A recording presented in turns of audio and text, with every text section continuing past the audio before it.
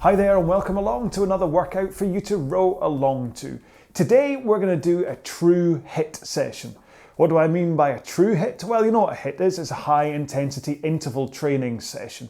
Now sometimes you'll do these and they'll actually have very short rest periods in between each of the intervals, and that can really makes it more of a high intensity steady state. Your steady state is right up there, but it's not actually really how it's supposed to work as a high intensity interval training session. So that's what we're doing today. Okay, I'll talk more about it during the rest periods. There's no point me top loading it here.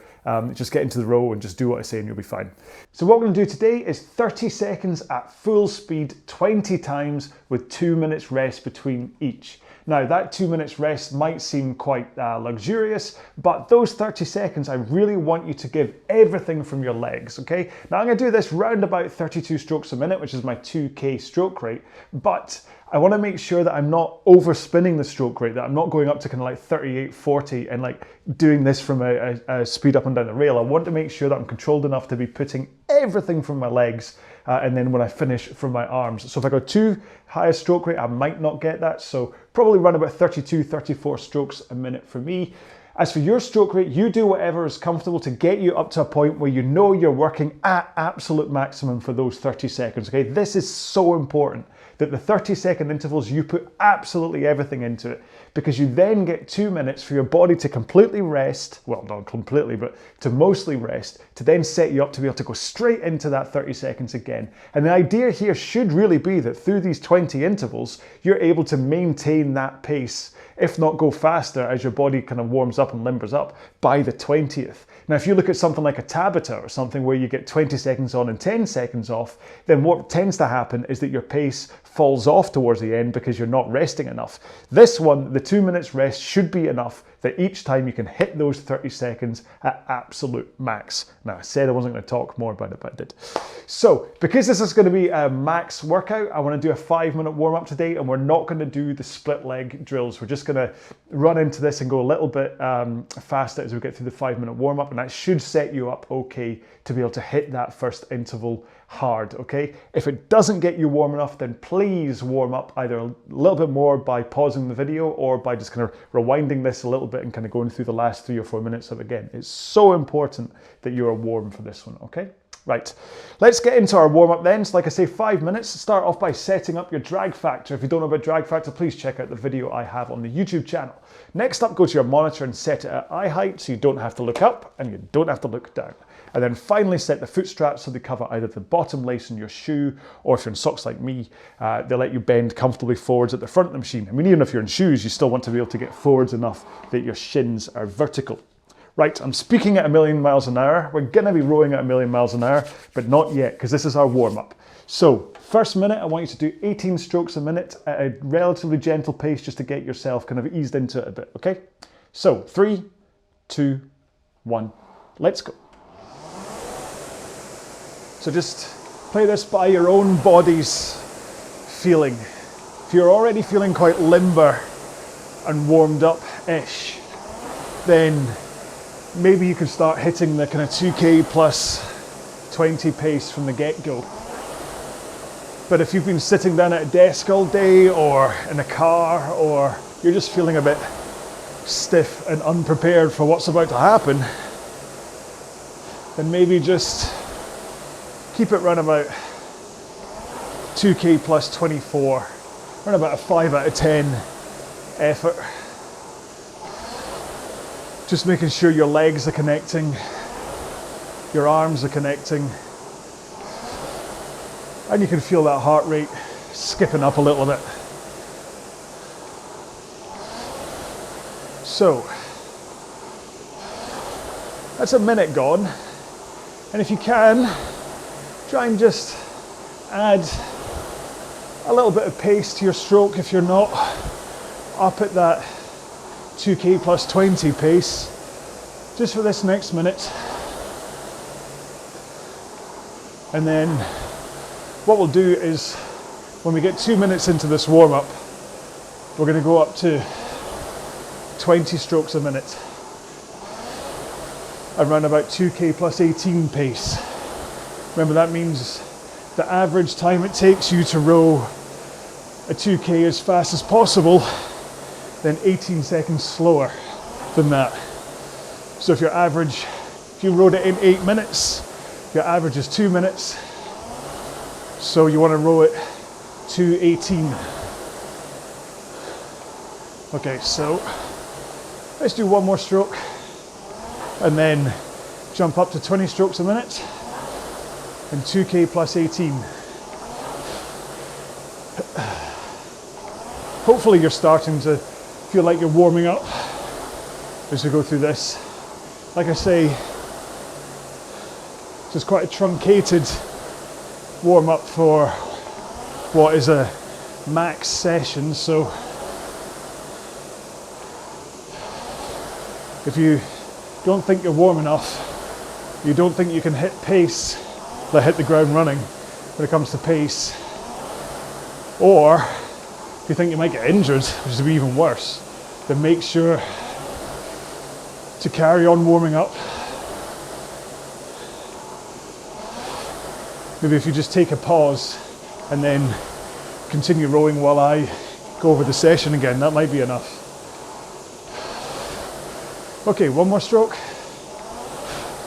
And let's go up to 24 strokes a minute, okay? Just a little bit of a pace increase. Don't worry too much about the numbers. Just make sure you're a little bit faster. Ideally, in and around 2K plus 15, but as long as you're going a couple of seconds faster than you were at 20 strokes a minute, that should be enough. So, quick technique recap before we start the main session then. Remember, this is about leaning in at the front and then pushing the machine away with your legs. Holding that forward lean, letting your posterior chain take the power from your legs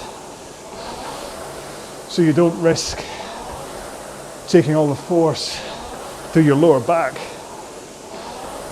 which would be bad.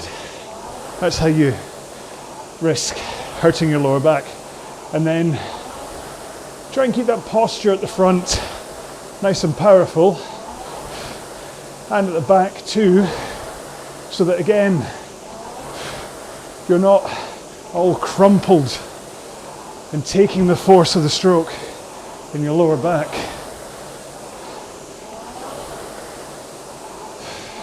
Now I'll go through technique as we go through the intervals in the main session anyway. Try and just keep you on track a bit. Right, 3 more strokes here. One more. So like I say, this is a top tier intense workout, so if you need to keep on warming up to make sure you're nice and warm, please do, okay? You can hit pause, you can continue to row while I do a recap. Just either way, for the time being, stop, have a quick drink, decide what you want to do, and I'm just going to recap today's session one more time. So what we're doing today is 30 seconds on, 2 minutes off, 20 times. Now, if you're going to set your monitor to row along with me on this, you have 2 options, okay? Option 1, if you're going to start every single interval from a stopped flywheel, then set the monitor to undefined rests for your rest period. So 30 seconds, undefined rests, and then that's it. You can just go for it and then you stop at the end. And then what will happen is when you get 10 seconds to go, I will say press the button to continue to the next interval. You press your button, you wait for me to say go, and then we go, and that'll be you rowing your 30 seconds, right? If, however, you think you might have a tendency to kind of tweak your lower back while doing these 30-second intervals from a stopped flywheel, what I want you to do is program in 48 minutes into your monitor, and then when we start together. And then what's going to happen is you're going to count down on the monitor, but then when I say the 10 seconds to go for people to press to continue to the next interval, I want you to do some light rowing, maybe 3 strokes, and then time it so that when I get ready, my countdown, and we say 0, that's when you go. The flywheel already moving a little bit will make that first stroke a little bit lighter on your back, and that way you shouldn't get injured doing this, okay? So I'm just worried about you folks that might have a little bit of a lower back or have technique issues, and you might want to have a moving flywheel instead of it being a dead stop, okay? Right, just remember these 30-second intervals are our absolute max. So I'm going to be doing these at a high stroke rate, between like a 32-ish stroke rate, but I'm not going to be spinning out, okay? So I want it to be really about force and stroke rate rather than just about stroke rate, all right? Okay, right, I've waffled on enough. Hopefully you're warm, hopefully you're good to go. I'm still freezing cold, hence the hoodie. Hopefully by about interval 3 or 4, that'll be off. But let's go with our first interval, max, okay? In 3, 2, 1, go. So really push that machine away with your legs. Just think on this first interval about pushing the machine away and really getting as much force into your stroke as you can. Give it everything. 2 more. 1 more. Okay. So what's going to happen is the first few, you'll obviously get to the end of it, you'll be out of breath, but then within about a minute, you should get quite close to your recovered state. But then as we go through these 20 intervals, it will feel kind of harder and harder to get to that recovered state, or take longer and longer to get to that recovered state.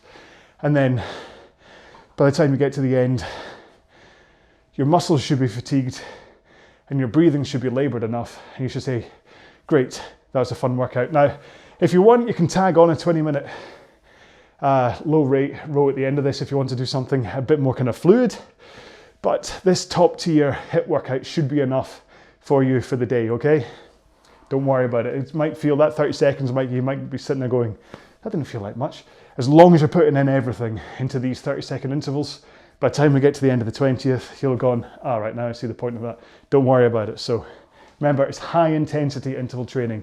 It's not half intensity interval training. It's not intensity. It's full on, heavy, hard, high, everything that begins with H. Intensity interval training, okay? So put everything, I'm gonna keep on saying this, everything into that 30 seconds. And then remember, each interval you get a chance to kind of reset and think about, right, technique wise, was I pushing from the legs? So we'll start thinking about little elements as we go through each one that you can focus on, okay? Sorry, we're coming up for 20 seconds to go. So like I said, when we get to 10 seconds to go, I'll tell you to press, continue to the next interval, or you can start light rowing if you're doing it on the 48 countdown. So, and 10 seconds to go, right? So we're going to be starting our second interval in 5, 4, 3, 2, 1, go. Right, so this time concentrate on your lean forwards at the front and holding it. So get in, hold it as you push the machine away. Try not to swing back too soon. 3, 2, 1.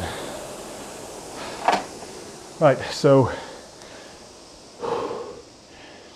I went, that was closer stroke rate for me. No, this is about me, but I'll talk about my numbers just to try and let you know from a consistency point of view that you're supposed to be holding it and whatever. I was 30 strokes a minute average on the first interval, 32 on that one, so I hit the stroke rate pace better.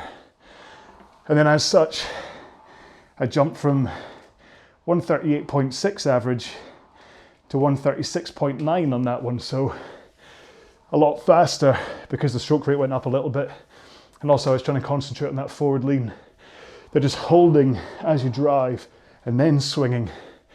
Lets all the power go through, but also it lets you add that backswing to your stroke. Whereas when you swing and drive at the same time, it's like you're robbing yourself of that power of your torso. I mean, I'm not the biggest guy in the world, but even as I do that, add in an element of power onto the stroke. So don't steal your stroke by pulling at it too hard at the front. Chances are if you do have to swing your back too soon and brace against the force at the front, your drag factor is probably too high. That's a generalization. I'm not going to say that's for sure, but chances are that's what's going on. So that was what I was thinking about that time, was holding it there. Next up, I'm going to think about keeping those arms nice and straight until I get to the finish. So let's see what happens there. So we've got 15 seconds to go. And so therefore, press your button to continue to the next interval now. Start light rowing if you want a moving flywheel. And we're going in 5, 4, 3, 2, 1, go. So arms nice and straight. Back out nice and straight after you finish the stroke. Don't pull on the handle until the end. Just hang off it as you start the drive. 2, 1.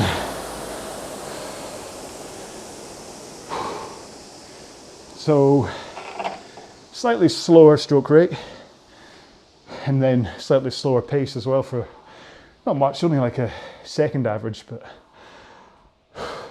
one of the odd things about ErgZone is that the second that's at the bottom of the screen, the data you can see, assuming it works this week, it'd be embarrassing if it didn't, but that's from the ErgZone app. And weirdly, remember how I said the last interval I was doing at 32 strokes a minute? It's now decided that interval 2 I was doing at 34 strokes a minute. So it seems to kind of reset itself as you start the next one. It doesn't particularly matter, but it does make me come off as a bit of a charlatan for saying I was doing it at 32. Anyway, so still cold in here, still keeping the hoodie on. So I'm starting to feel legs, especially up at the hips, are starting to feel like, oh, this is a bit intense. Breathing is returning pretty much to normal. In fact, I've not started let's see if I've got enough time to start my Apple Watch, because the heart rate you can see on screen below, again on ErgZone thing, is coming from my Whoop strap, which is a fantastic recovery tool to let me know when I've recovered or what my sleep's like and stuff. But as far as connecting to the monitor, it's next to useless. It thinks I've got 147 beats per minute heart rate right now. I'm waiting for the Apple to kick in before, I'll do a comparison on the next one if I remember. Right, 15 seconds to go. 13. So press your button now. Start light rowing if you want moving flywheel. And we're going in 6, 5, 4, 3, 2, 1, go. Right, posture this time. Make sure you're up on your sit bones at the front of the machine. Don't slouch. Nice and powerful.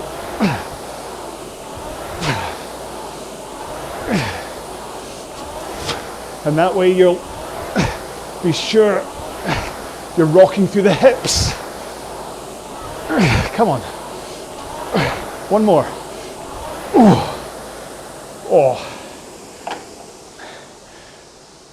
It's not good that only 4 intervals in, I'm already feeling it in my quads. We're only 1/5 of the way there. Oh no. It'll be fine, I'm sure. Yeah, so again, interval 3, ErgZone's bumped my stroke rate up to 32, having said it was 30 last time, so hopefully you're starting to understand what's going on here. The issue with what I was saying about some other HIIT workouts, and I'm sure I've got a couple on this website I've marked as HIITs that aren't, that the rest is so short that your heart rate never really slows down. In fact, yeah, so my Apple Watch says I'm 122 beats per minute. The Whoop says I'm 154, so that's calamitously wrong. But yeah, so on a Tabata, say, because you're only stopping for 10 seconds in between, your heart barely gets a chance to go down before you're back into it again. So a row like this, the 2-minute break in between lets your body just kind of calm down, kind of get to a lot closer to recovery, to then go smacking straight into it again. So you can put in real high intensity. And it's an interval workout because you are going up and down through it, rather than a Tabata, which is pretty much a flat line that kind of goes downhill because your performance suffers by the end. To be continued. 15 seconds to go. 14, 12. Get ready to press your button now. Start some light rowing. Hopefully get the timing right. We're going in 6, 5, 4, 3, 2, 1. Go. Now, keep those fingers like hooks over the handle and properly over the handle. Get that nice transition of power through your body into the handle. 2 more. 1 more.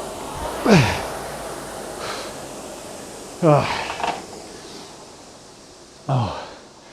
Yeah, so kind of don't go too far round the handle that you're losing length. Just make sure they're hooked over, so it's almost like a straight line from your arms through your wrists into your hand as you drive. Then try and pull it through straight at the back if you can. So sometimes people have to flare out in order to keep their wrist straight. It's up to you. I prefer coming straight through and using my lats and my back rather than going out and using my shoulders and triceps and stuff. Anyway, so yeah, so if you look at a Tabata workout, just go back to what I was saying before. The first, so that's basically when you do 20 seconds on, 10 seconds rest. You do that 8 times. The first 3 or 4 of them, you'll be kind of performing quite high. But by the time you get into like the 5th and 6th, you're exhausted. So actually your performance is going downhill and you're not able to put in the same amount of effort. Now, Tabata workouts have their incredible value. I'm not saying there's not anything wrong with the Tabata, but instead of it being a HIIT workout, it's more of a HISS, a high intensity steady state, because you're just kind of purring along at the same intensity because you can't get any more. Whereas here, I get the feeling I can put in more if I just get my technique right. It's not that my body's letting me down, it's just my technique is, which is, as for someone who's always talking about it, it's quite disastrous. No, it's fine. It's just I'm kind of hitting that kind of top end of what I'm able to manage. Okay, 15 seconds to go. 11, press your button now. 9, start rowing if you want to get that flywheel moving. 5, 4, 3, 2, 1, go. Right, I want to concentrate on making sure I'm sliding enough forwards, but not too far. Shins to vertical. Stroke rate's a bit higher.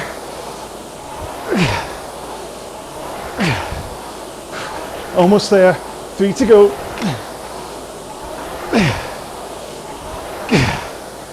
Oh, that was the fastest one yet. So 6 intervals in, and yeah, 136.3 average pace, which is a good sign. I mean, again, like I was saying, if this is the Tabata workout, I'd be on the floor at this point, but I'm definitely still getting an intense workout from this. It's almost like sometimes you see in a like CrossFit training or people in the park or whatever, they'll have 5 or 6 stations and they'll say, right, come on everyone, it's HIIT workout. And they go from press ups to kettlebell swings to squat jumps, like one after the other, without any rest in between. And fair enough, they might be going from a squat jump to say a push up, which goes from lower body to upper body. But in terms of the intensity they are working at, regardless of what part of the body, the heart rate's still going to be up there. So again, that's not particularly a high intensity interval training. It's high intensity steady state because their system is working as hard the whole time. So, which again has great value, but the value of a HIIT workout is that real up and downness. Your heart rate goes up, your heart rate goes down. And this is what creates this real kind of body joy in terms of how it fat burns and how it processes things, how it flushes toxins out of your body after every interval and things, which, to be honest, if you're doing the high intensity steady state, those toxins just stay in your legs until you're done for like a longer rest period between like sets or something. Anyway, 15 seconds to go. 12, 11, press your button. 9, 8, 7, 6, 5, 4, 3, 2, 1, go. Now this one, I really want to focus on that finish of the handle, of the pulling at the end of the stroke, which seems to be making a large difference. Hold on. Oh. So 135 there. Oh, quick drink.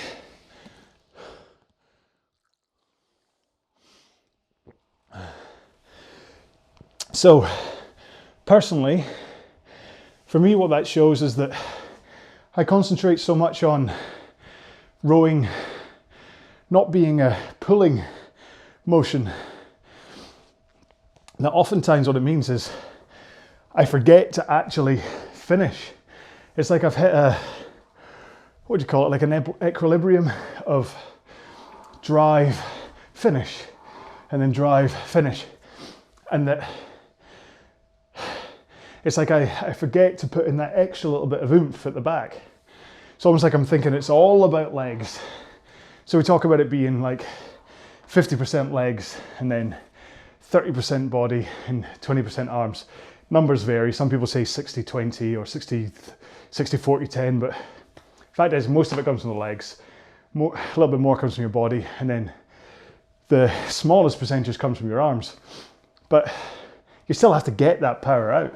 That last 10% or 20% or whatever you want to call it from your arms has to still come. And so you do still need to finish strong. And I think all my time spent thinking about not pulling with my arms at the front, you can see the evidence there that when I actually did start to think about pulling at the finish, speed went through the roof. Only 135 for that is faster than I could have ever dreamed of doing this in. So anyway, 15 seconds to go. And press your button now. Start light rowing to get the flywheel moving if you want to. Going in 5, 4, 3, 2, 1, go. So I'm going to try and combo push, pull, push, pull, push, pull, push, pull. And just think about those two very separate elements. But hitting the rhythm. Come on. One more.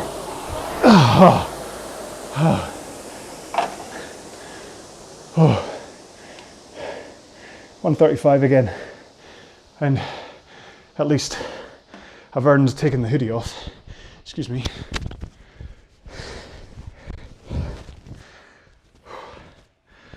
Whew.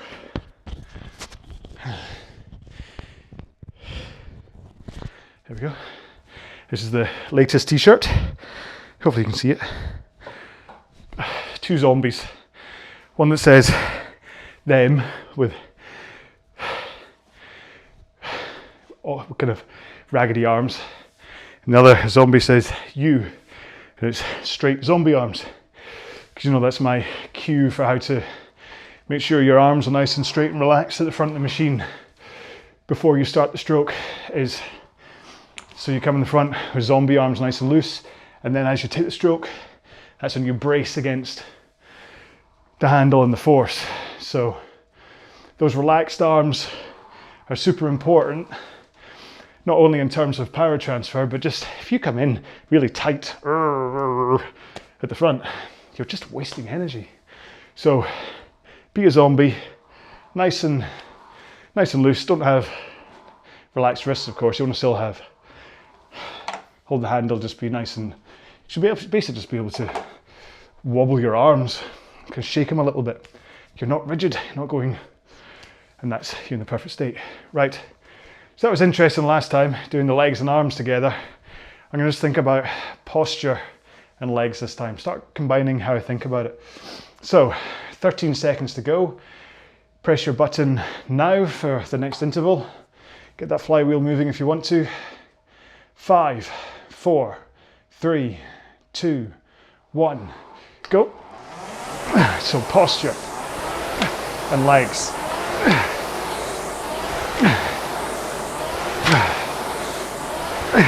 I do feel addressing the front of the machine in a better posture helps. 2 more. 1 more.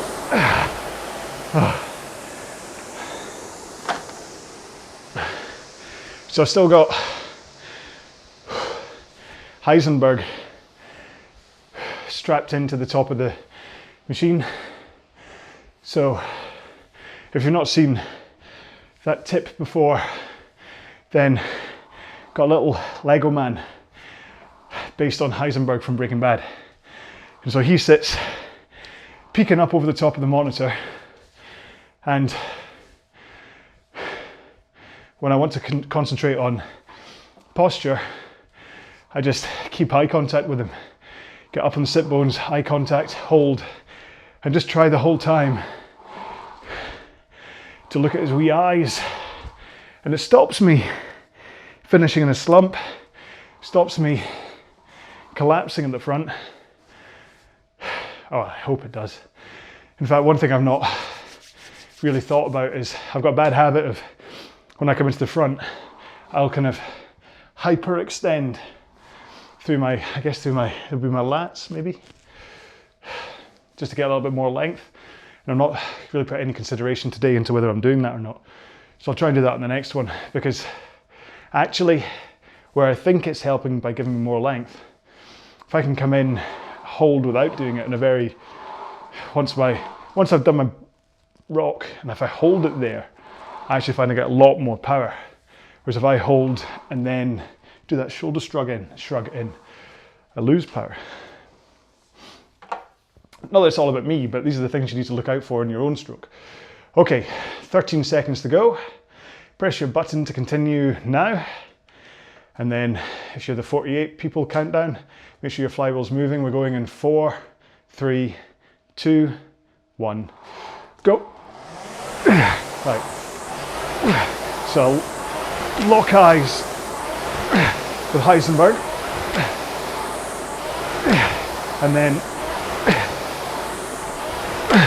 make sure arms are straight.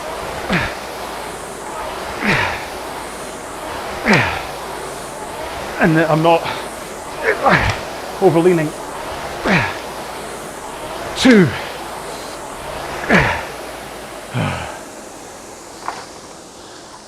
Ooh. So, interestingly, that one was the same pace as the one before, but my stroke rate was 3, well, according so far anyway, 3 strokes per minute slower. So interval 9 was 36 strokes a minute. That one was 33, yet I still hit the same pace. And I do think it makes a huge difference when I come in at the front. Maybe it's helping with my terrible butt scoot. I see this when I'm getting these videos, or even if I'm working with the podcast versions, putting them online, and I see the video. I come in, and then it's like, got one frame of my butt going out first, before I start the actual stroke. Now 1 frame isn't much, but if you think for UK TV anyway, it's 25 frames per second. So that's a 25th of a second I'm missing every single stroke by not connecting bang on the right point. So it's not as bad as it used to be. I was looking at some of the videos from the 2K plan the other day, and I could see I'd come in and my butt would kind of go so far back. So things have improved, thanks to your help, thanks for spending all this time with me, but still got a little bit of a way to go. So, okay, coming up for 15 seconds to go. Get ready and press your button now to continue to the next interval. And we're getting ready to go in 6, 5, 4, 3, 2, 1, go. Right, I'm going to concentrate on that timing of connecting with the flywheel. Try not to scoot my butt. Come on, Heisenberg, give me a hand.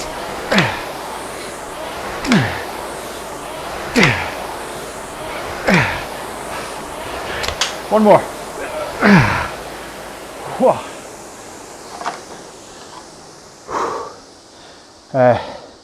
All right. 134.4 is a good result. Again, seriously, this isn't about, I'm not sitting here saying, look at me, look how fast I am. I can do that in 134.4. It's not why I'm saying this. It's really just to say, that's what, was that the 10th interval? No, it's the 11th. So that's 330 seconds. It's 5.5 minutes worth of rowing so far in between all these recoveries. And I'm still holding, I mean, that last interval then was 10 seconds faster than my current 2K average. So my current 2K is bang on 7 minutes, which means that my average for each 500 meters is 1 minute 45. So that was 134.4, which was like half a second faster than my average 2K time. And I'm 5.5 minutes into this. Now, if I was only taking 1 minute rest in between all of these, I could pretty much guarantee I would not be going at this pace. Although, to be honest, I think I've done a similar session like this before, so with only 1 minute rest, so don't go back and look at it and call me out on it, but I'd be surprised if I was still able to be going faster come this interval.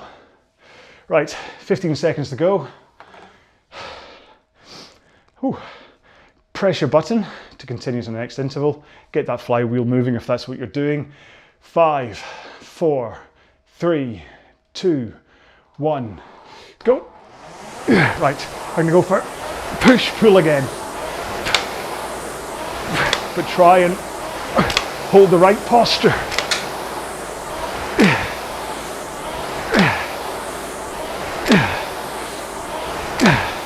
Hooking it a bit too fast. Stroke rate.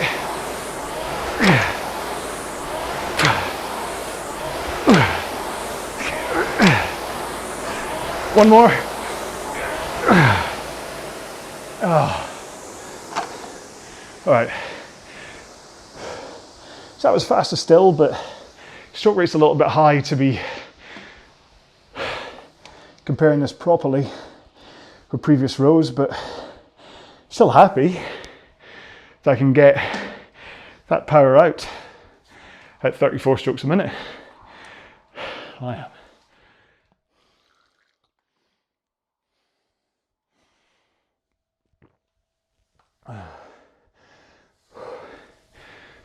So the power and speed that you're going to develop by doing this 20 times, like a total of 10 minutes rowing at this pace.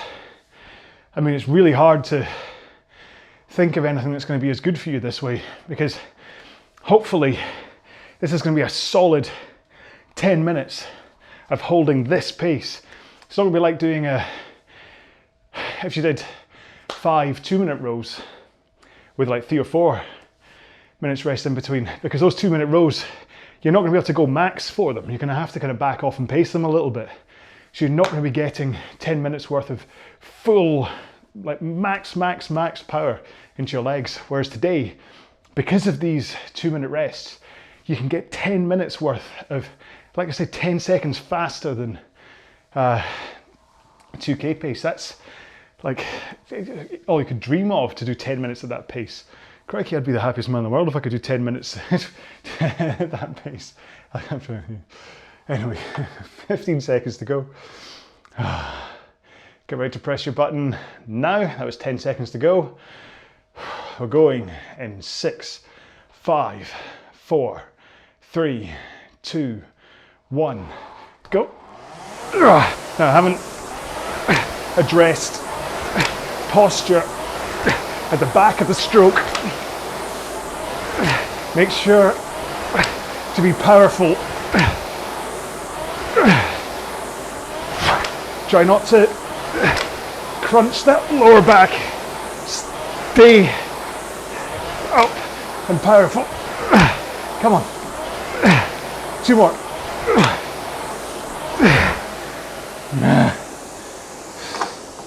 Keep missing that last stroke. I mean, one of the, just to talk about me again, sorry.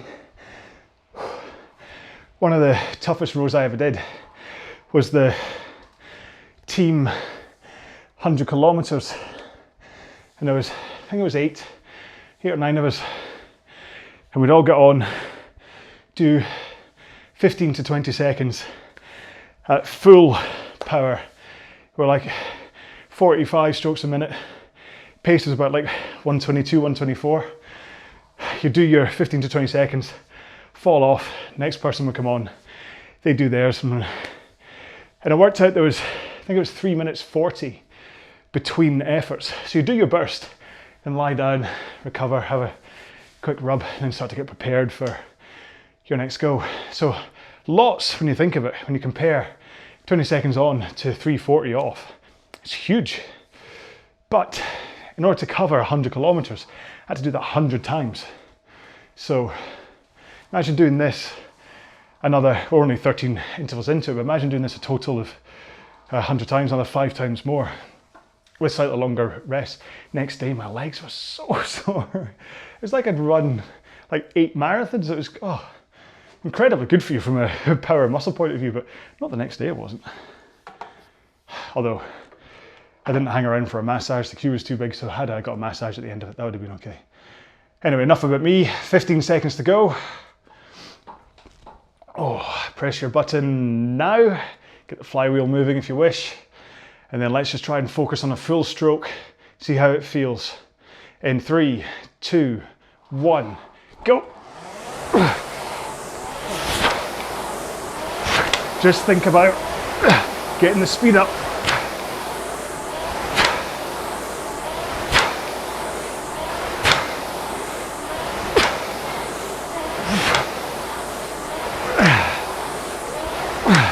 Ten seconds to go.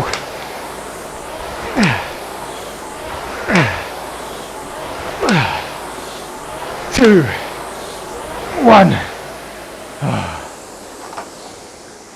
It's not bad. I think I was, just getting up there pace-wise again.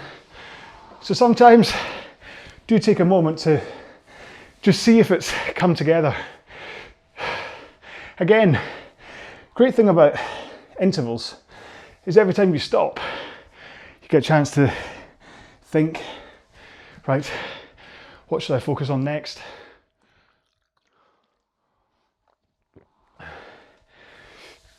You hit the counter reset, the 0 button on your brain and say, well, last time I was thinking about legs, next time I'll think about arms, blah, blah. And then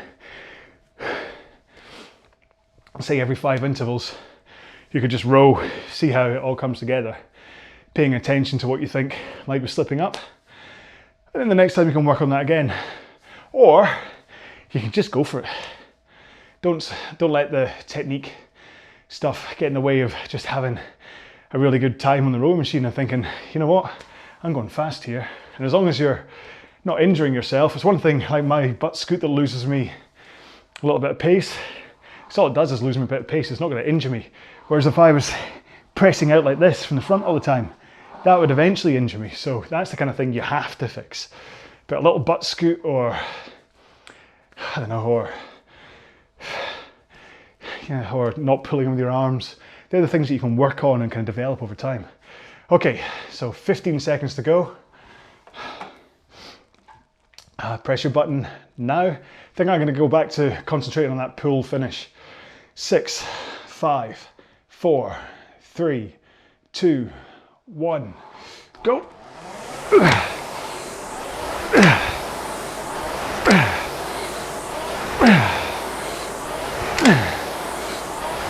So I'm not pulling at the front.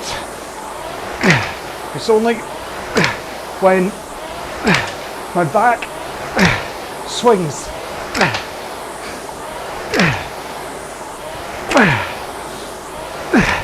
2 more. 1 more.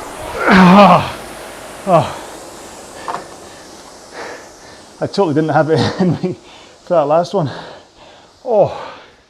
So yeah,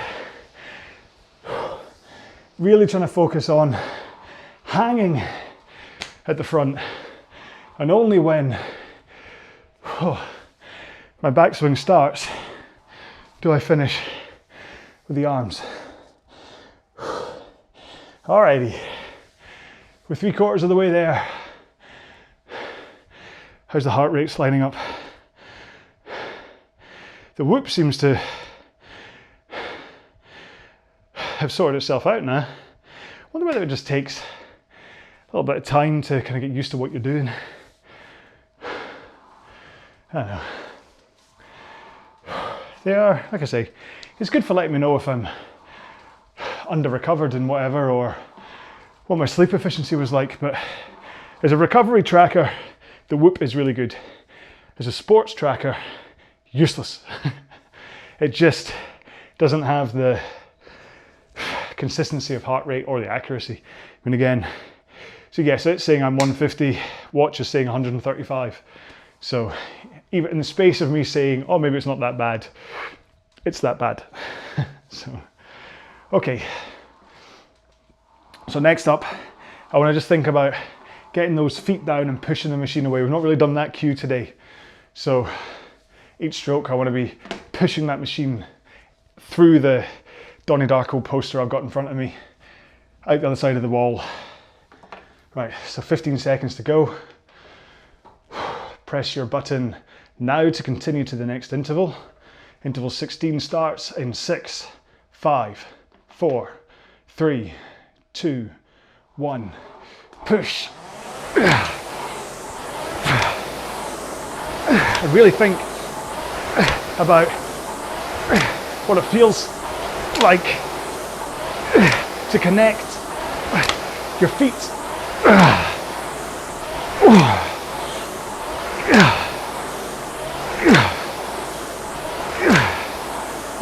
Come on. 3, 2. Oh. I'm getting to the sharp end of this now. You could tell because hardly said a word to you in that one. Sorry. 4 more to go. So,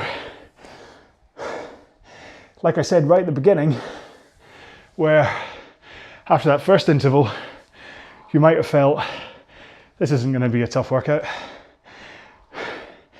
As long as you've been pushing to hold your maximum, to try and go faster and faster each time, then by the time you've got to here, you should find that your cardio is a little bit more laboured. I mean, that's a minute gone and I'm still, my respiration's still up there. But also your legs, although through this 2 minutes, they'll recover okay-ish, to mean that like the first, say, 10, 15 seconds of the next interval should be up there and kind of going at it fine, yeah, yeehaw. Then that 15-second point will hit. And then, well, for me anyway, and then my legs just start to say, I don't have anything more to give, Captain, we're done. And so it's just a matter of holding on for that point. So again, it's highest intensity interval training, okay?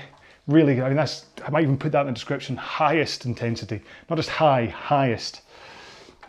16 intervals in, I've suddenly thought of that. Doofus, right. 16 seconds to go, so get ready, get yourself all in position, get ready to press your button. And now, I've got 10 seconds to go until interval 17. Posture again, come on, don't overlean. 3, 2, 1, go.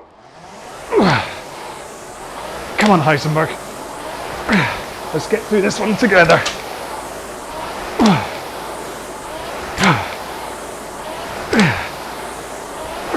Hold that forward lean as you engage the drive. Straight arms, come on.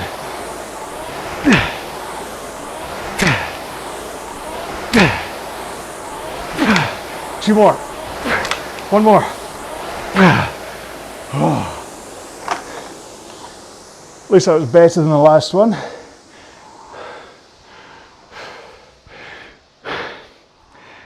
Dawned on me halfway through that interval, probably not very helpfully, but you know how all my stuff is blue flames and whatever. Then I've got Heisenberg there with his blue meth. Sheer accident. So 3 more to go. Hopefully, I really hope you've been putting in that highest intensity into this so that you can really reap the rewards of something like this. I mean, I said at the beginning about if you don't feel it and you want to go for a 20-minute low rate row at the end of this, absolutely no way I could do that. Or not comfortably. I mean, I could do it. If someone said do a 20-minute row, obviously I could do it, but it's not like I'm sitting here going, I really need to do 20-minute cardio at the end of this because this hasn't done anything to me. I'm kind of ragged almost at this stage where I'm just holding on. It's just sheer stupid determination that's going to get me through the last 3 intervals here, rather than it being something that I'm kind of like, hey man, let's do this. So 20 seconds to go. Make sure your mind's in the game. Make sure and be prepared for 3 more intervals. Press your button now, okay? Come on, you've got this. Just 3 more to go. Go. Excuse me. 5, 4, 3, 2, 1. Go. Come on. Legs, come on. Push the machine away. Finish strong. Posture. Straight arms. Handle over your knees. Be powerful.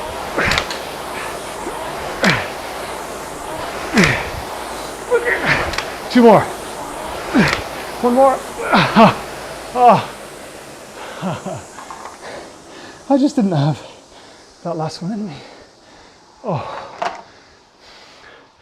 Let yourself recover. So, the baby brother to this workout is the LIT workout, low intensity interval training. Now,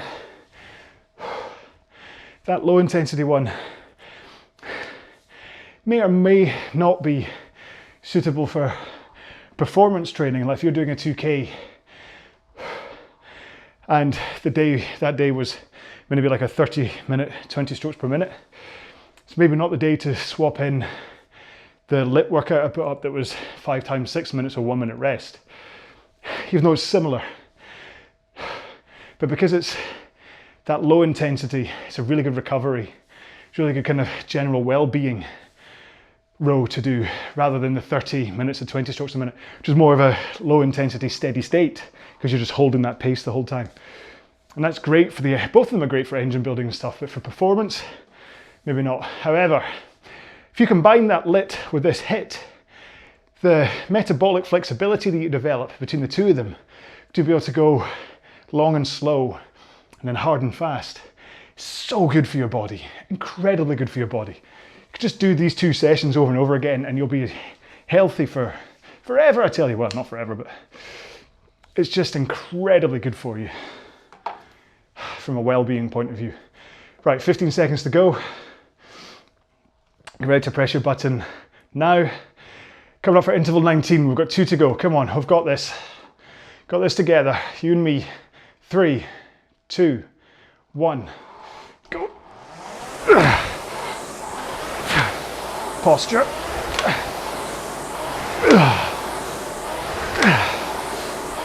Come on, hang off the handle. Don't overlean. Come on. Swing over your hips. Forwards, backwards, forwards, backwards, forwards. 2 more. 1 more.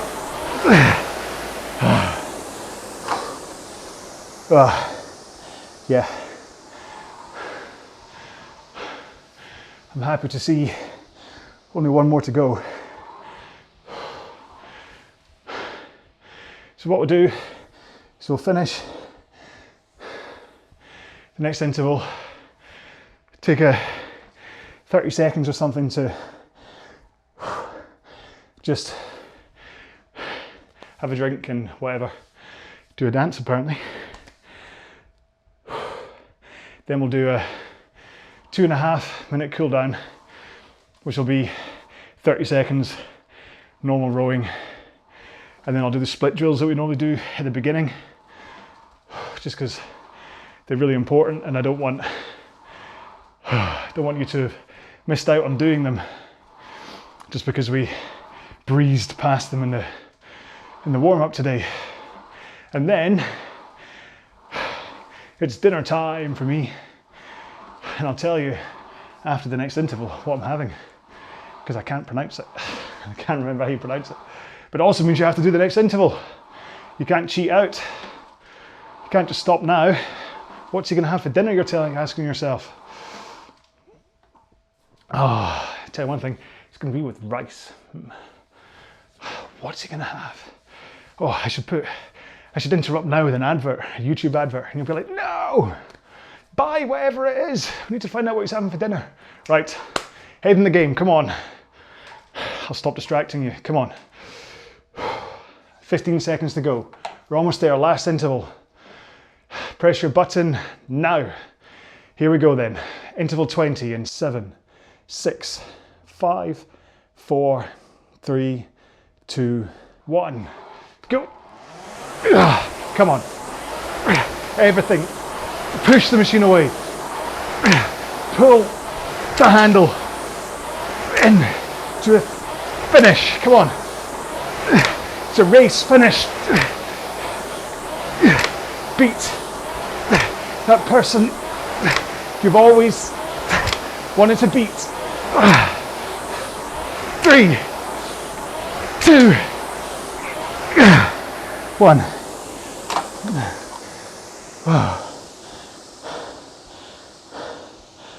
33.7. The last one for me, which is great news. That was the fastest of all of the, well, equal fastest of all the intervals. Oh. Right, have a drink. Oh. Take a second to congratulate yourself for getting through a tough old boots of a workout. Okay, so 30 seconds, 18 strokes a minute, not too fast, just activate your muscles, okay? 3, 2, 1, Go. So just connect with your legs, connect with your arms. Nothing more than that. This will just ease you down a little bit, and then in 3 more strokes time, we're gonna take a foot out. So last one here, take a foot out, put it on the floor, continue to row with 1 foot strapped in. Try not to adjust your technique too much or destabilize. A good press out with that leg. Back off pace if you need to, if your legs are quite sore after that. Okay, swap feet. Continue with the other one. You can still hopefully get good flexibility into the front of the machine, just rocking over your hips. 1 more stroke here. Both feet in, legs straight, and then just rock over your hips, pull in with your arms. Continue rowing with just your upper body. Nice posture as you do so. Try not to slump at the back. Nice and powerful still, even if you don't feel like it after that row. Now let's roll to the front and just push out with your legs. Don't have to go too far back. In fact, it's ideal if you can just hold that forward lean and not have to think about getting back into it again. All you're trying to do is hit the catch of the flywheel at the front of the machine. 1 more stroke, big stroke to finish. Oh, I am pooped. Bondrigas, is that how you say it? This is Bondrigas. Bondigas? Bondrigas, Bondigas. Bondigas? Spanish meal? Meatballs, anyway. That's what it is, either Bondigas, Bondrigas, some kind of bond and gas and grass. That's what I'm having for dinner. My 8-year-old girl, Holly, she's cooking it for her brownie badge. So I'm very much looking forward to that. She does, she makes a very good cake. So I'm hoping her Bondrigas will be just as good. Yeah, so anyway. Yeah, that's my life. It's got nothing to do with you. Hopefully you enjoyed today's session. Hopefully you understood the point of it. Hopefully you did do the highest intensity interval training part of this, where it was absolutely everything you could put in. I seriously, when it came to those last 3 or 4 intervals, I just couldn't have put any more into that. I was completely just absolute top. It was the highest I could have put in. But if you looked at my numbers, again, the actual numbers themselves, that could have been like 230, it could have been whatever. It's not the actual numbers that matter, it's the consistency of the fact that I was able to put in this pretty much the same pace all the way to the end. And like, I'd just go like half a second faster one time, half a second slower the next time. But as a kind of, if you drew a straight line, it would be pretty even for that row. Whereas if we'd have done 20, 30 second intervals with only like, well, 30 seconds rest in between, or like 1 minute rest in between, then trying to hold as high a pace as that. I mean, I seem to remember doing a 4 times 5, 1 minute on, 1 minute off, which would have been like the 21 minute on, 1 minute offs. So I'll try and dig that out again, find out where it is, and compare what my times were on that versus today. Because there's a good chance I'm going to expose myself as a liar. And that when I was down like 132 or something. But who knows what it was. But yeah, but the point of this is that, like I say, it's like you hit that high intensity and then the 2 minutes let you go down. And then if you hit the high intensity, it can go down. And if you read up enough about HIIT training, that's what it's about. It's not about going up and then down a little bit, then up and then down a little bit, then up and down a little bit, and up. It's not about like a little ripple in the ocean. It's about these tidal waves of energy and then that kind of trough and then a big wave and then whatever. That's true HIIT training. That kind of, that's more hiss training than HIIT. So, and like I say, if you can combine that kind of low, basically what you want to do, right? The real thinking behind this, just to close this off, is that you get the lit, less, HIIT, hiss training, okay? 4 different kinds of training. So you get the low intensity interval training, which is the kind of recovery one that I was talking about. You get the low intensity steady state, which would be like a 30-minute at 20 strokes per minute. You get the high intensity interval training, which is what we've done today. And then you get the high intensity steady state stuff, which is that kind of Tabata max, kind of you're getting reducing effort towards the end because you're so completely gone. Those 4 elements, if you train within those 4 elements, then what you're putting your body's facing, it's never going to get a chance. It's constantly going, what's today? Recovery. I just poked myself in the eye. So that's what so your body never kind of gets used to it. So that thing of if all you ever did was 30-minute rows at 20 strokes per minute, eventually your body gets used to just doing that and learns how to do that well, and you kind of won't get the developments.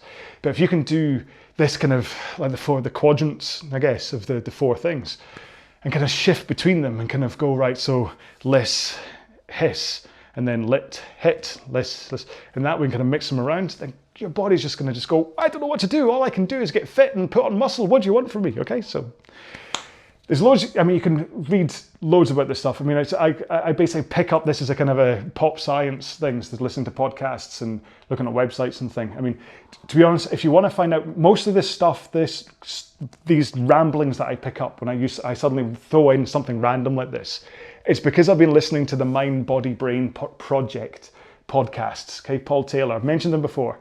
And so every now and then he'll talk to a sports scientist guy that comes up with it. And there's the last podcast, this guy, Michael, I think his name was he was talking about this concept of really defining the difference between hiss and HIIT and whatever.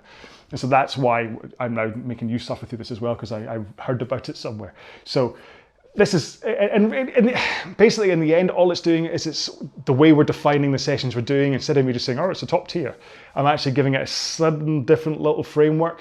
So it's the same as a top tier ever was, but I'm just giving it a slightly different description to try and help you understand how to mix your sessions together to maybe kind of help you when it does come to saying, well, I'm not going to strictly follow the 2K plan as laid out on the RowAlong thing, so I'm going to start swapping on my own things. I'm a little bit under recovered today, so what should I do? So if I can just rant and ramble all these kind of pop science things at you, hopefully you can kind of get in the same headspace as me and kind of pick those kind of things out. Anyway, Mind, Body, Brain Project. I think it's Mind, Body, Brain .com.au, I think is the website. I'm not too sure, but if you just type in, it's Australian anyway, Paul Taylor, and seriously listen to it. It's like the stuff that they talk about. It's just mind-blowing, some of the things they talk about. There's the episode 15, they start talking about breathing, and then you're like, really, is that how it works? Wow.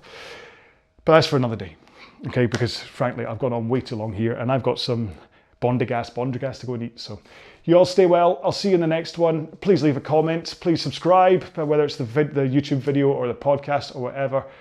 You know I love hearing from you, and you know I reply to every single one of you. You take a look, you'll see I do. And the podcast today, what should we call it? Well, should we call it bondigas or bondragas? Maybe find out what it is. So either bondigas or bondrigas. But that's the hashtag if you want to leave one on that. Thank you so much for putting up with my nonsense for yet another video. See you in the next one. Stay well, be well. Bye-bye.